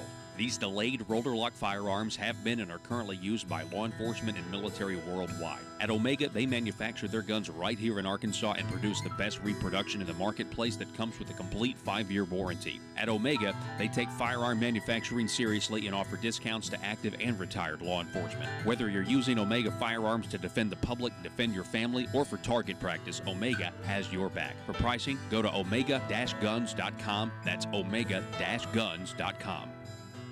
If you're like me, you believe that small business is the heart of Arkansas's economic engine, and it should be viewed that way by the politicians in Little Rock. Conduit for Commerce also believes, like you and I believe, policies that achieve less regulation and lower taxation help small business in Arkansas thrive. Other policies like small, constitutionally consistent government and reducing citizen dependency on government keeps it from growing and expanding its influence on our daily lives. Conduit for Commerce works every day to educate the general public and legislators on these important priorities in the name of Arkansas small business. By the way, contributions to Conduit for Commerce are tax deductible. Log on now to conduitforcommerce.org and click on Contact Us on the right side of the page. That's conduitforcommerce.org. Go there now and learn the facts on protecting small business in Arkansas. Intimidate through violence, and they threatened. They wanted the fist fight right out there where we were standing holding signs, and I just thought, we do not need that type of representative down at the House. Wow. And so the way things worked out, we've unseated a Democrat in... Yeah, not only just a Democrat, the head of the Democrat Party of Arkansas. Well, and I spoke with some people about that, and they said, well, we've tried to reach out to Representative Gray, and he's not returning calls, and he's not returning text messages. So, you know, I'm compassionate in the sense that I hope you're not slipping into clinical depression, but this is the way our system works. The Republicans prevailed this time, and we had better do what we say we'll do, or we deserve to be beaten in the next election cycle. State Representative Brandt Smith, I agree with you, sir. Thank you so much for coming on. You bet, Paul. All right, folks, we're going to take a break. Good night. In a world full of constituents with social media accounts, bloggers just looking to increase their page views, and a talk radio host who generally is just the worst, how are Little Rock's elite supposed to conduct business with such a lack of privacy? Introducing the 1835 Club, older and more refined than other clubs that claim discretion. The 1835 Club is for seasoned political veterans that want to conduct the highest form of aristocratic business with the public's money. Are you a schemer? Do you someday want a guaranteed flow of taxpayer money to support your business? Is it your dream to see the .gov domain at the end of your business website? Don't listen to the imitators. The 1835 Club is the place where corrupt politicians and businessmen hatch their next crony schemes. At the 1835 Club, we make lobbying safe and legal. Ethics. Why, of course.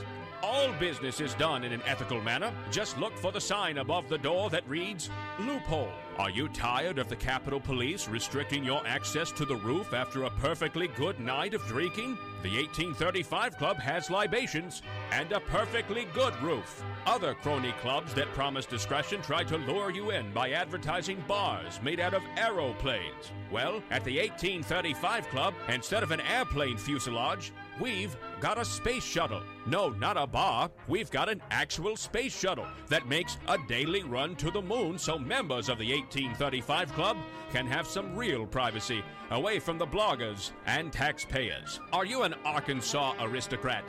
Do you want to be? It's the 1835 Club, and we work tirelessly to make sure the good old boy system remains alive and well. Join today. Disclaimer. The 1835 Club reserves the right to deny membership to anyone who has principles. Any talk of the Declaration of Independence or the Constitution must be done in jest or, at the very least, with a condescending tone. And finally, the 1835 Club will be given a 25% commission of any agreements made between politicians and the business community. PHP Parody.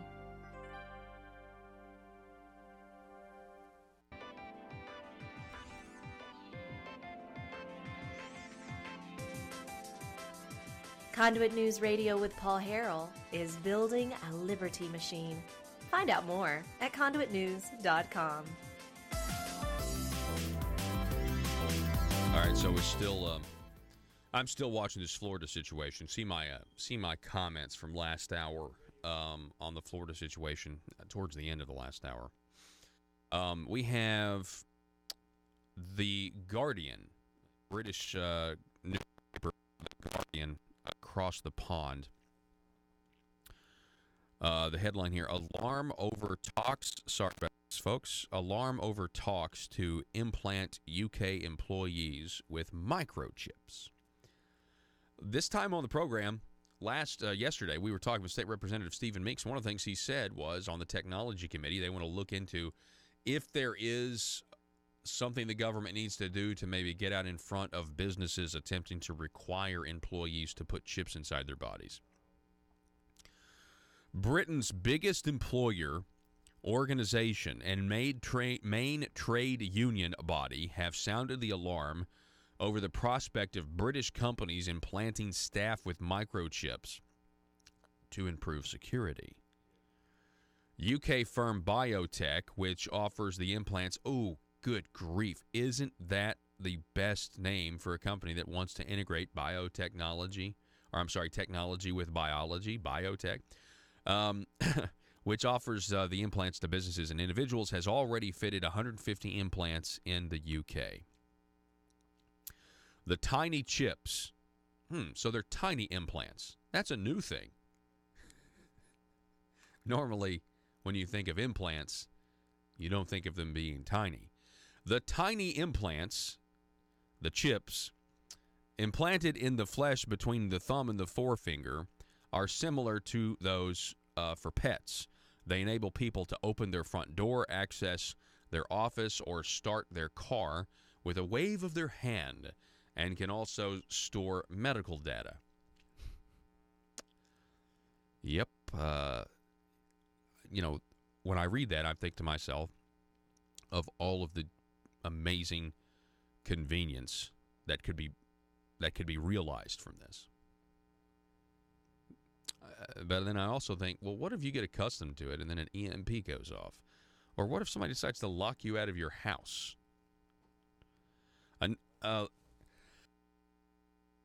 Listen to this. Another company, Biohacks of Sweden, also provides human chips the size of a grain of rice. It told the Sunday Telegraph that it is in discussions with several British legal and financial firms about fitting their employees with microchips, including one major company with hundreds of thousands of employees. Yeah, I just think it's no.